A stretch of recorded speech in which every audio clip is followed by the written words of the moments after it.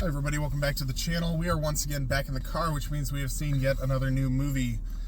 The film that we saw this evening was, would you guess, one of the biggest blockbusters of all time, releasing the week after Memorial Day. A bold choice. The movie we saw was none other than the endearing road trip comedy, Ezra. DJ, 1 to 10. 7.5. Okay. I give it a 6. Why, John? Why do you hate this kid? What's wrong with you? I don't hate it. It is a really endearing film. Some of the comedy bits are just not super great. Stand-up's good. Stand-up's alright. It's just one of those things where I don't really necessarily care for it very much. It's not really my kind of film. I don't know. I just didn't quite enjoy it as much as I thought I would. But it's a pretty good movie. It has a decent story. Interesting stuff happens in it. The plot happens. It progresses to the end with decent pacing.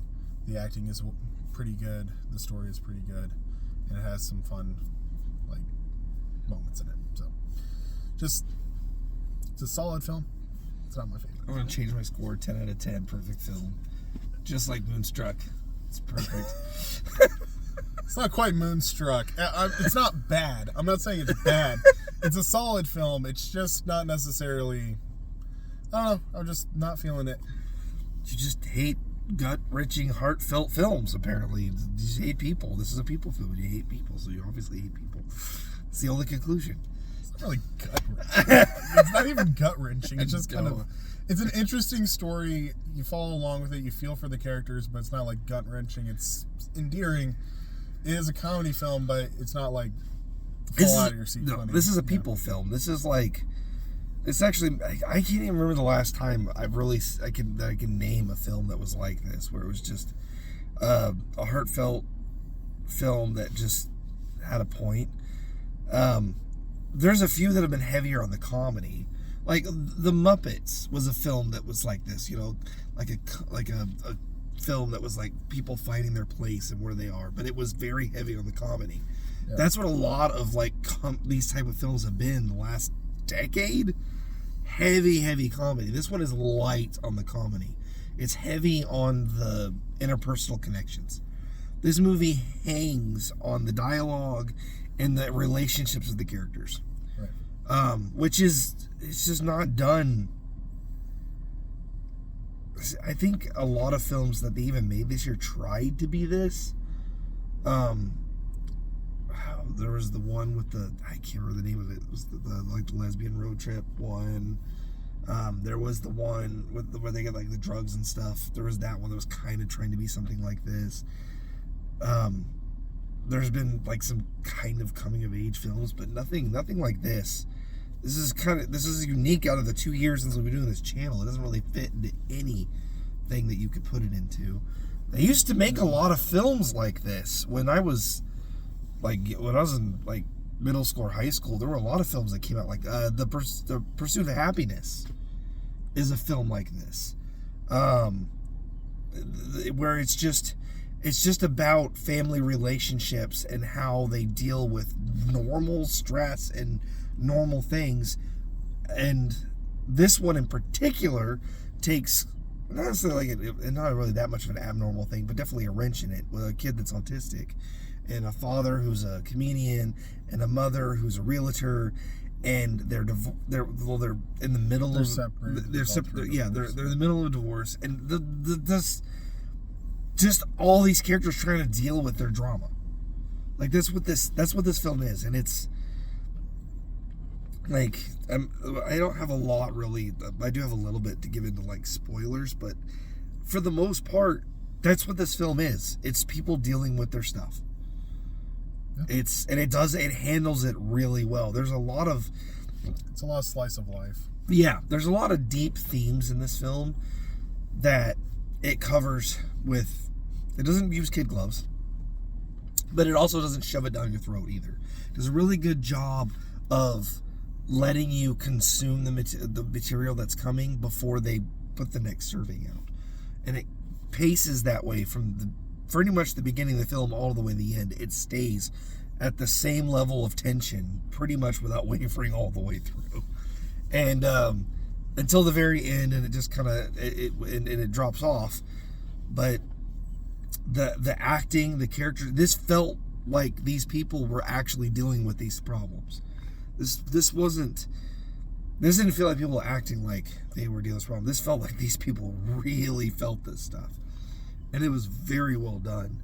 And I could really see why Robert De Niro specifically wanted to be in it, because he likes these kind of projects. Oh yeah, these heavy character driven. Killers of the Flower Moon was like the same thing, like very character driven, very heavy on the dialogue and the interpersonal connections people make, and it does it well. Like, no, this isn't like one of those blockbuster thrillers. This is one of the films that I think critics in general just eat up. I guess myself included, because I enjoy this film. These are the kind of films I don't usually go and watch on my own. I tend to watch the same movies everybody else watches, blockbuster stuff. But now that I watch movies every week, I've gotten appreciation. I've come to appreciate a lot of these films like this that stand out as just something unique and fun, simple film that just does what it came to do. Yeah. No, it is what it is, and it does it well. Yeah. Like I said, it's a solid film. Very much an art, though. This feels like a Sundance fest film that got extended, and that kind of like that indie just. It has that vibe, yeah. Yeah, that vibe, but it has a good. Oh, another one actually. This made me kind of think of is Fireproof.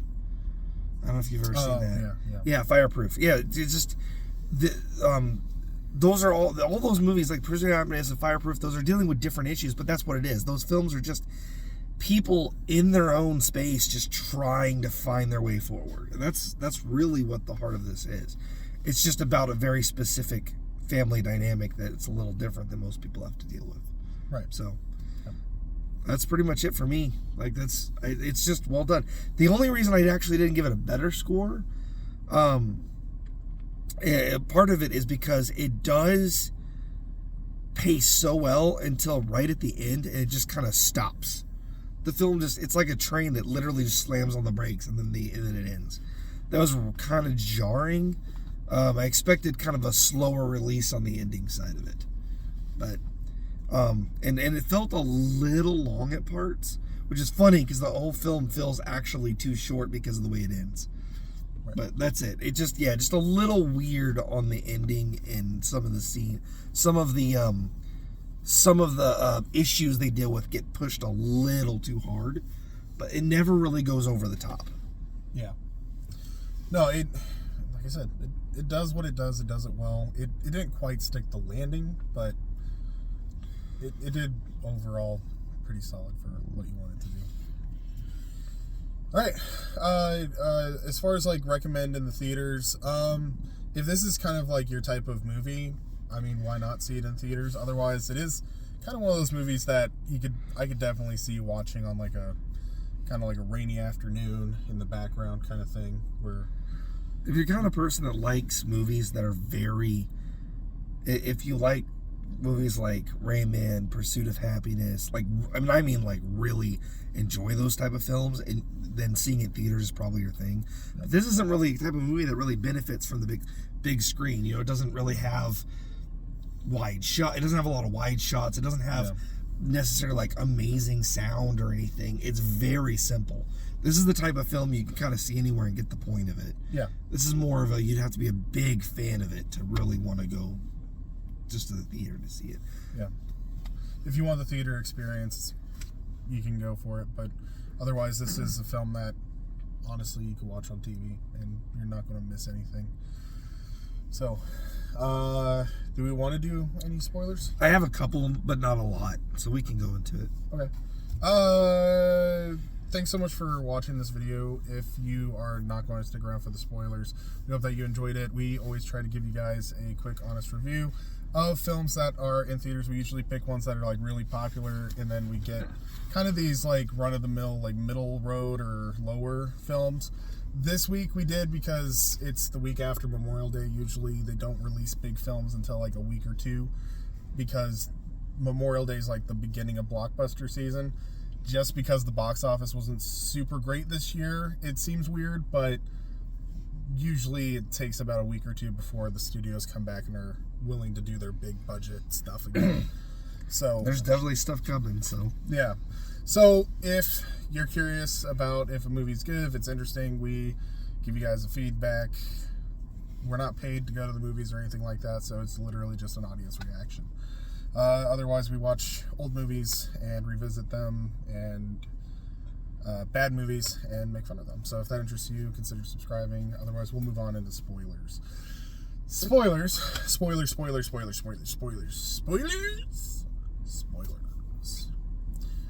I cannot believe that it is revealed that this is actually the 4th film in the Meet the Fockers franchise. Meet the Grandparents. Meet the autistic grandkid. It's amazing. Okay, the only 2 really big spoilers I really wanted to get into was the character of the kid himself. I can't believe he dies. John. Jeez. I kind of had to get into spoilers to give it a more understanding of my score, because the film, it's filmed well, it's shot well, there's really well done scenes. The biggest problem with it for me is that from the moment there's these little moments that are actually what makes it endearing. So when he kidnaps his son to take him with him, he does it he sees him in the new school and sees him drugged and sees him just like all hunched over and like unconscious. And it just breaks him. And so he goes and takes him on the road trip. And then his son tells him that he didn't run on the street on purpose, which was an accusation that was made by the doctor that got him into the situation in the first place. And it's like, did you tell your mom this? It's like, yeah. It's like, she knew that, but she was so hysterical about it.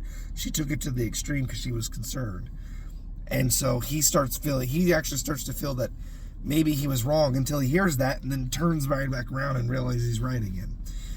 The whole film is a lot of moments of the mother and the father making strong, reasonable points and not really being at each other's throats. Like, they were making good points, but then when either one comes up with a solution that might work, they back out. Yeah. The dad's very erratic about stuff. He doesn't know how to handle it. He doesn't want his son in a special school, but the end of the film kind of closes that out by saying, well, she was right the whole time about the school, but maybe he needs to be more involved. There's this, don't let her pull it too far in. That was really well done, but there's these also counter arguments throughout the film where he might be going a little too far, she's going a little too far. We're not sure if this, like, he's literally, the Amber Alert goes out for him and everything. And my thought the entire time of the film that kind of made it hard to buy into was a big point of the film was him going to Jimmy Kimmel. Yep. That was a big focus. The whole time I kept thinking, as soon as he get there, he's going to get arrested. Do they not watch Amber Alert News? They're going to know he's not supposed to be there. They're going to know he kidnapped his kid. And it happens as soon as he gets there. Like, you know that's going to happen. I don't know how they didn't expect that to happen. And so all these endearing moments when he's having his second guessing and the mom and all this is kind of dampened by the fact that I know exactly what's going to happen when he pulls into LA. And that kind of hurt. And then that's how it ends. He gets arrested, and then it skips forward to him being under house arrest and taking his kid to school, and then it's over. And like, you know, the whole film that's going to happen. I expected something else to add on to that, and it never comes. And it was a little frustrating because it's like, I knew that was going to happen. I didn't expect you to end it there. That was the thing that burned me a little bit and knocked the score down. For you, I know it was a lot like this isn't my film. But for me, I like these kind of movies. It's like, I don't know, it's like when you watch the film version of a book that you've already read, and you know exactly how it's going to end, but you're expecting them to, maybe dress it up or give it like Lord of the Rings does. But instead, they just gave you the exact verbatim, word-for-word ending of the book, and it's just, well, I already knew that. I knew that's what was going to happen. I was expecting something more. That was just kind of weird for me. It just hangs over your head. But there are some really good endearing moments. Him with the girl, when he gets hugged, the hug, and he hugs her back, and the dad sees that, and then he does the line from Princess Bride, and the dad goes, "The kid's a genius." He's starting to learn how to use the knowledge that he has in social situations that work. He's applying things that he has learned in the right situation because it matches the context of the film that he watched or whatever. Just fun, endearing moments. Burned by the fact you know exactly where it's going. Yeah, that was it for me. That was really all the spoiler stuff I wanted to talk about, because that was the main reason it got a lower score. I would have given it an 8, maybe an 8.5. But heck, maybe even a 9 if it hadn't been for just that looming problem. That's it. No. Do you have any spoilers for the audience? Can't believe that at the end of the film it turns out that Ezra killed everybody. Oh, and it was all a schizophrenic dream. I will say, when he got hit by the car and he was unconscious and then he wakes up in the hospital, I was having all these, I was thinking all these 80s movies where the kid gets hit by something and then wakes up, it's all a dream. The Flight of the Navigator kept coming to my head for some reason. I was like, this was it. This is where Flight of the Navigator came from. The kid gets hit by a car and he just thinks this up. I don't know why. There's a lot of 80s films where the kids get hurt, they think it's a dream, but it ends up being real. That's a big trope in the 80s. When he got hit by the car, I was like, oh, here it is. The 80s movies is when he starts seeing things. So Mary Poppins shows up or some weird stuff. But then it just ended up being a normal film. It is, though. It is really a normal, it's just normal people dealing with really crazy stuff. A couple dealing with a partial divorce. A father, Robert De Niro's character was really good, where he's kind of a messy relationship with his son, and then out of nowhere he sees what his son is doing for his kid, and so he just apologizes to him for everything all at once, and he doesn't even make a whole lot of sense, but you get what he's trying to say. Look, I messed up as a dad, I may have not been the greatest, but I'm glad that I was helping you. Except for he kind of hints a little bit that he wished he'd kidnapped his kid. Where he said, I wish I'd done what you did. I was like, stole him in the middle of the night and ran away? From a mom who abandoned him and never explained? I know. It's like the mom left. What are you talking? I don't understand. They never do say what happened to the mom. He never says it. Well, there's just a lot of stuff that's kind of left out in the open. That's part of the reason that I think that I didn't care for it very much, is there is a lot of stuff that they could have dove into a little bit, but they didn't, and I think that the film kind of suffers as a result. The relationship that he had with his mom is a big one. They talk, but if you're not going to make it a point, don't talk about it so much. Yeah. They talk about his mom a lot in a movie that never explains exactly what happened. And neither one of the characters ever reveals anything about it, even though they make it a point for at least 10 minutes of the film in dialogue to hint very, very specifically how important it is to the main character's motivations. Yeah. And why Robert De Niro's character understands what he's doing. They hint at it and they never say anything about it. It is just one of those films where it's it ends very abruptly, and it feels like they could have dove into a couple of things more, and I think that's really kind of what kind of rubbed me the wrong way about it. That's right. A lot of stuff is just kind of there's a lot of subplots. Yeah. That get the only subplot that gets wrapped up, actually, funny enough, is the Jimmy Kimmel one. He gets his spot again later, which makes no sense. And it was a joke. Yeah. But it's it was funny. But it doesn't the one that we didn't care was wrapped up. Exactly. Yeah. Exactly. It was a funny moment, but it didn't do anything for the film. I was expecting in the end credits to get more closure. They may like Robert De Niro's sitting down and he comes in, he's like, hey, I'm going to tell you about your mom. Even if they don't tell us, the audience, I don't have to hear it. As long as I see that there's actually getting some closure, I can eat that. Yeah. And then like another scene where it's like the mom, it's just like close the subplots. The boyfriend, the lawyer, like he just kind of gets thrown out the movie and doesn't get any part. Disappears. He just disappears. The it just, there's all these little subplots that don't really get wrapped up. And there's plenty of things that the film could have picked up and would have benefited from picking up that they just kind of leave, or it just disappears. It's just one of those films where it's solid. It's solid for what it is. It's just they left a lot that would have benefited it. Or if they could have just left a little bit of that subplot stuff out. I think that's, I didn't really, you put or not hinted very much. Yeah, you put it to better words than I did. I felt the ending felt abrupt. It wraps up the main plot. Yeah. But I couldn't figure, like, why does it feel so incomplete? Well, you put right on the nose. There was like 30, well, there wasn't that many, but there were several major subplots that none of the subplots get wrapped up. Just the main plot. And they air it, but not to the point of solution or understanding. Yes. We couldn't comprehend. Yes. And as a result, we're left at the end of the film going, that's... Yeah. Really? You understand why the mom thinks she made a mistake. She realizes that she overreacted. Like, he's his father. He's not going to hurt him. And he stayed in communication. Had he just gone silent, I could have seen her not being as regretful about it. But she was in communication, and he was telling her, look, I've got it. I'm taking care of him. I love him.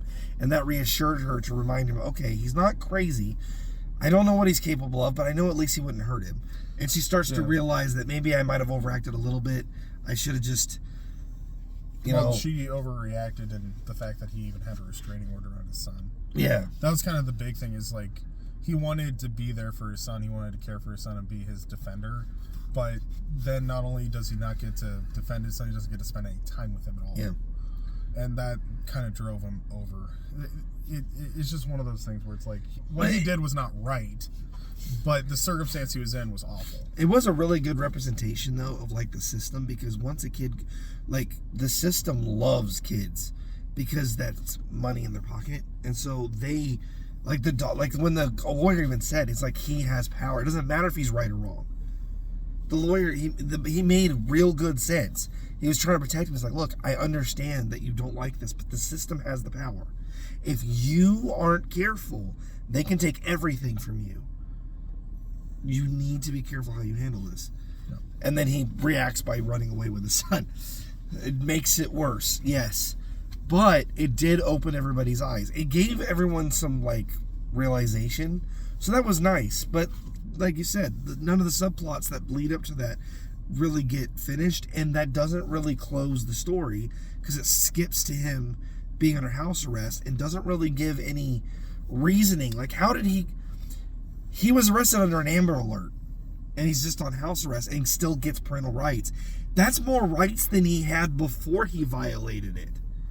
I want to know how he got through that, because that's important. Like, that's important. Like, in the what was it, the Honor Among Thieves, the D&D film, where he, like, gives his speech of why he's where he is, and they decide they're going to pardon him for it.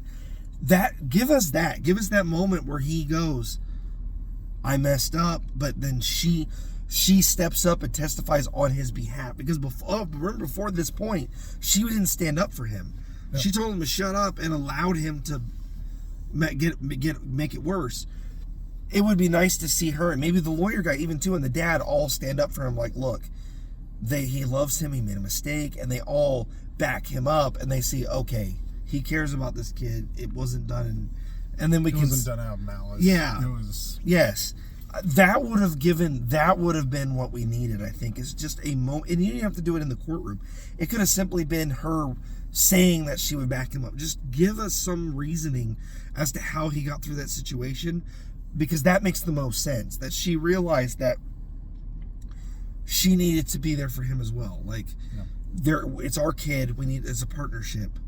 We need to, I can't just throw you under the bus. I need to actually back you up, because I think I'm protecting Ezra by pushing you away, but it turns out that's making it worse. And then he also realizes he went too far and goes, I shouldn't have done that. That was wrong.